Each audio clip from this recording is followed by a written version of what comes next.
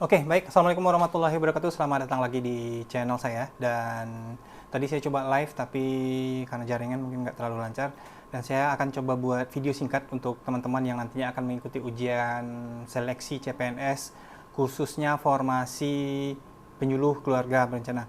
Jadi di video singkat ini singkat saja buat teman-teman. Kalau nanti video ini banyak peminatnya, insya Allah nanti saya buatkan video lanjutan. Mungkin kita akan bahas beberapa soal-soal terkait jabatan penyuluh keluarga berencana nantinya. Teman-teman sekalian, jadi mungkin saya akan coba berikan gambaran atau kisi-kisi terkait ujian yang nantinya akan ditanyakan atau diujikan kepada teman-teman yang mengikuti seleksi penerimaan calon penyuluh keluarga berencana. Jadi sebelum teman-teman mencari kisi-kisi terkait ujian jabatan penyuluh keluarga berencana, mungkin teman-teman perlu ketahui dulu bahwa terkait SKB. Jadi SKB itu apa gitu. Jadi teman-teman harus tahu bahwa SKB itu adalah ujian kompetensi bidang atau jabatan yang teman-teman tuju nantinya pada saat melamar jabatan di pemerintahan atau sebagai calon pegawai negeri sipil atau sebagai calon ASN. Jadi teman-teman mungkin kemarin di SKD teman-teman sudah diujikan TWK-nya, TIU, TKP-nya. Nah, teman-teman udah dapat gambaran kira-kira berapa nilai teman-teman kemarin. Mungkin udah bisa mengira-ngira lah ya. Oh, ini kayaknya ada peluang, ada kans kita teman-teman lulus atau tidak, atau dipanggil untuk ke tahapan berikutnya, yaitunya untuk tes SKB-nya. Jadi di materi SKB itu nanti teman-teman akan diujikan terkait administrasi dan hukum terkait jabatan atau lembaga yang teman-teman tuju. Juga nanti ada teknisnya, soal-soal teknis keahlian dari jabatan yang teman-teman tuju. Kalau untuk penyuluh keluarga berencana nanti apa saja, saya akan coba memberikan gambaran kisi-kisinya. Nggak tahu apakah Menpan juga mengeluarkan secara resmi kisi-kisi untuk jabatan-jabatan tertentu. Ini kalau dari kami, dari BKKBN, biasanya ya, jadi saya nggak tahu pasti juga nanti seperti apa akan keluar. Biasanya nanti yang akan keluar itu adalah soal-soal terkait program atau jabatan yang teman-teman lamar, khususnya karena kita bahas penyuluh keluarga berencana ya, berarti nanti terkait penyuluh keluarga berencana. Jadi teman-teman harus pahami bahwa bidang ini adalah jabatan yang teman-teman tuju. Kalau penyuluh keluarga berencana, teman-teman otomatis harus mencari informasi terkait penyuluh keluarga berencana. Penyuluh KB itu seperti apa sih?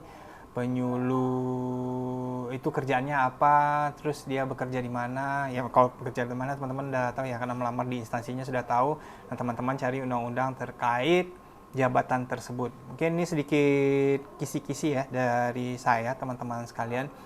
Nah, untuk penyuluh keluarga berencana mungkin teman-teman nanti teman-teman akan, yang pertama ya tentu saja teman-teman cari tahu tentang kebijakan tentang program pembangunan keluarga atau keluarga berencana.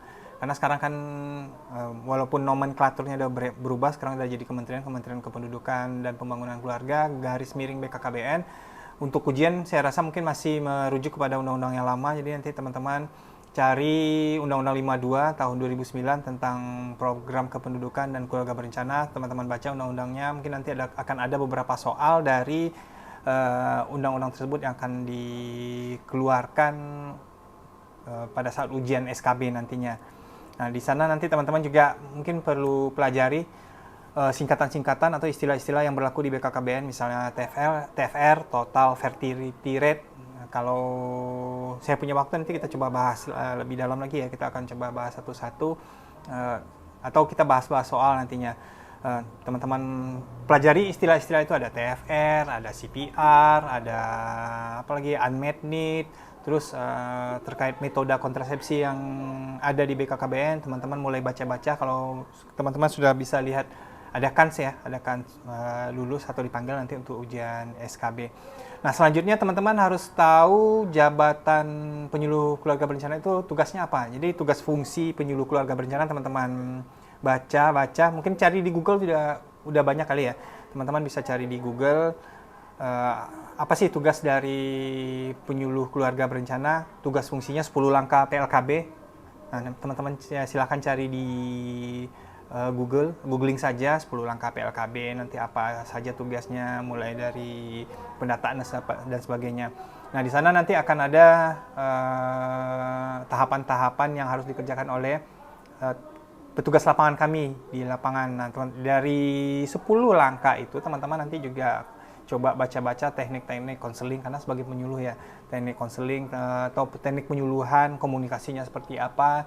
Googling saja sembari teman-teman dapat video-video, mungkin video-video sejenis sudah banyak beredar di YouTube ya, mungkin bahas-bahas soal terkait penyuluh keluarga berencana, teman-teman bisa lihat-lihat di YouTube. Nah, di channel ini nanti kalau memang ada atensinya, insya Allah saya coba buatkan. Nah, saya ada beberapa bang soal terkait kompetensi teman-teman penyuluh keluarga berencana. Cuma nih waktunya belum tahu saya kapan bisa nge-tag videonya dan editnya. Dan mungkin video ini juga nggak akan banyak edit teman-teman sekalian. Nanti akan saya coba buatkan, kita coba bahas. Atau kalau banyak peminatnya saya bersedia saja untuk buat live ya gratis buat teman-teman sekalian, karena mumpung kegiatan belum jalan lagi, sedang vakum. Kalau teman-teman butuh boleh komen saja nanti di video ini teman-teman, kita coba buat nanti saya buat pemberitahuan juga di channel ini. Nah teman-teman, tadi sampai teknik komunikasi ya, penyuluhan, karena penyuluh sebagai penyuluh keluarga berencana baca-baca tentang teknik penyuluhan seperti apa, teknik komunikasi itu seperti apa, teman-teman silahkan baca.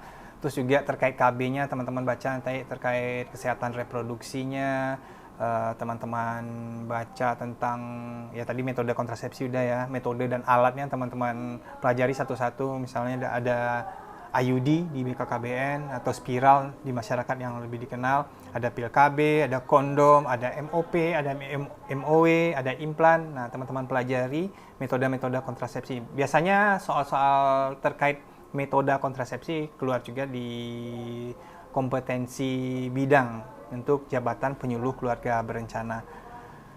Terus yang umum mungkin ini yang akan banyak pertanyaannya nanti terkait kependudukan dan pembangunan keluarga. Ya, kalau teman-teman baca undang-undangnya nanti di sana juga teman-teman akan bisa lihat nanti terkait kependudukan dan keluarga berencana itu seperti apa. Karena ini kan cukup umum ya. Dan mungkin akan ada juga mungkin teman-teman punya kompetensi atau pengetahuan tentang demografi, itu sangat membantu sekali nanti untuk sub kependudukan dan pembangunan keluarga. Mungkin bisa baca-baca tentang demografi. Jadi nanti pertumbuhan penduduk itu apa, urbanisasi itu apa, dan sebagainya. Jadi mungkin nanti akan ada pembangunan yang berwawasan kependudukan itu seperti apa. Teman-teman silakan googling, sebenarnya di Google banyak.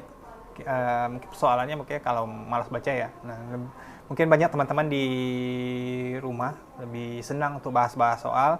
Ya, kalau untuk bahas-bahas soal, boleh nanti saya jadwalkan lagi atau lihat video-video lain di channel lain yang sudah mulai bahas-bahas tentang soal-soal SKB untuk jabatan penyuluh keluarga berencana. Terus kebijakan peraturan-peraturan, baca selain Undang-Undang 52, cari undang-undang lain, PP berapa ya, nomor 14 tahun 2013 kalau nggak salah ya. Nanti saya koreksi deh ya. Pokoknya cari kebijakan-kebijakan, peraturan-peraturan itu sangat penting sekali untuk teman-teman kuasai.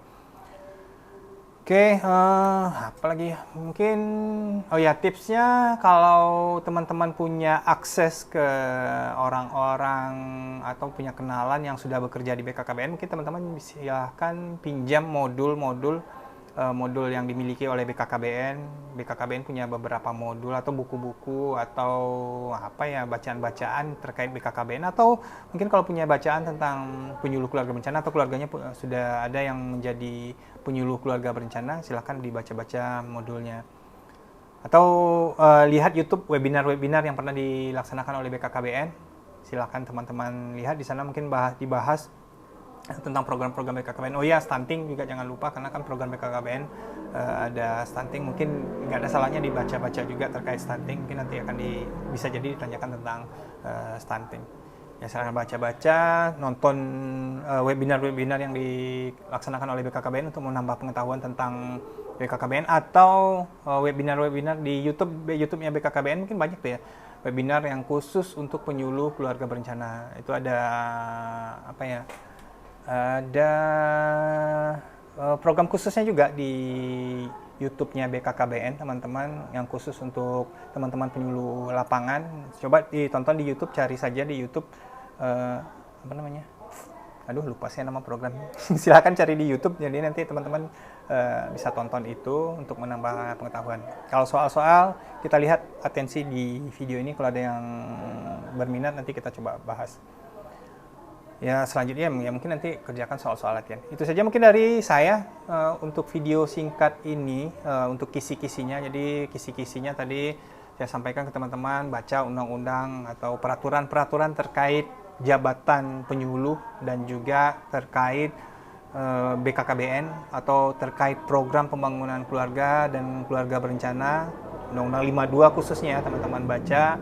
Terus nanti baca-baca terkait penyuluhan, teknik komunikasi, teman-teman baca nanti terkait kesehatan reproduksi, tentang metode kontrasepsi. Biasanya seputaran itu saja soalnya. Terus tadi apa tadi saya sampaikan? Ini note saya sedikit aja sih. Tentang kependudukan, silakan dibaca tentang kependudukan. Teman-teman nanti akan punya pengetahuan tentang program yang ada di BKKBN. Oke, itu saja video kali ini. Terima kasih sudah menonton.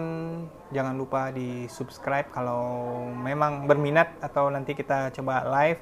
Silakan di subscribe, nanti komen biar saya bisa baca notifnya. Itu saja. Assalamualaikum warahmatullahi wabarakatuh. Semoga Anda mendapatkan yang terbaik.